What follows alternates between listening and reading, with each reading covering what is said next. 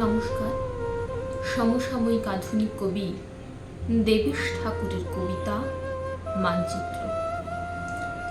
ছোটবেলায় স্বদেশ বাবুর কাছে ভূগোল পড়তাম। প্রথম দিন একটা ধারালো লেড পেন্সিল হাতে ধরিয়ে তিনি আমায় ভারতবর্ষ আঁকতে বলেছিলেন। আঁকবো কি? লেড পেন্সিলের শেষ তর্জনীতে ফুটে একেবারে রক্তারক্তে। সেই থেকে ভূগোলে আমার ভীষণ ভয়, আরো ভয় মানচিত্রে। মানচিত্র মানেই আমার কাছে ধারালো লেড পেন্সিল। পদ্মাপাড়ের মেয়ে ছিলেন বাবার জ্যাঠাইমা। তার একটা নিজস্ব ভূগোল ছিল, 43 থেকে অপরিবর্তিত।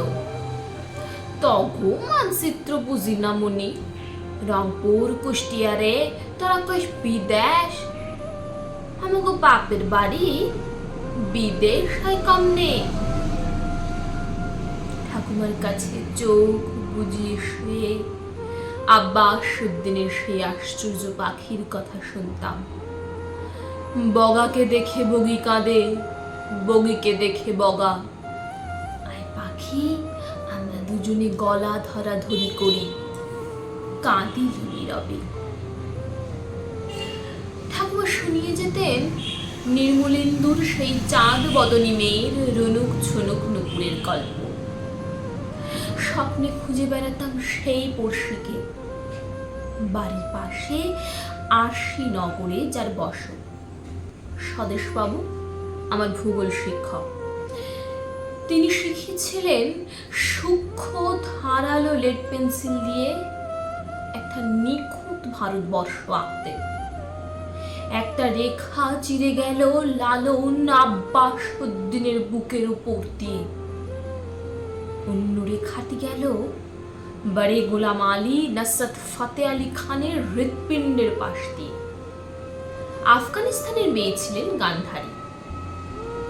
তিনি তালিবান ছিলেন না, তবু তার চোখে পট্টি বাঁধা।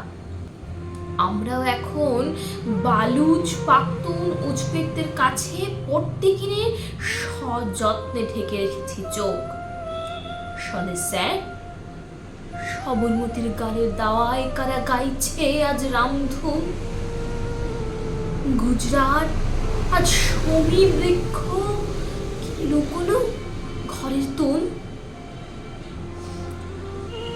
রামপ্রসাদের মানব জমিনে কারা আবার সোনা ফেলে দিয়ে ক্যাকটাস বোনা কাদের সাজ।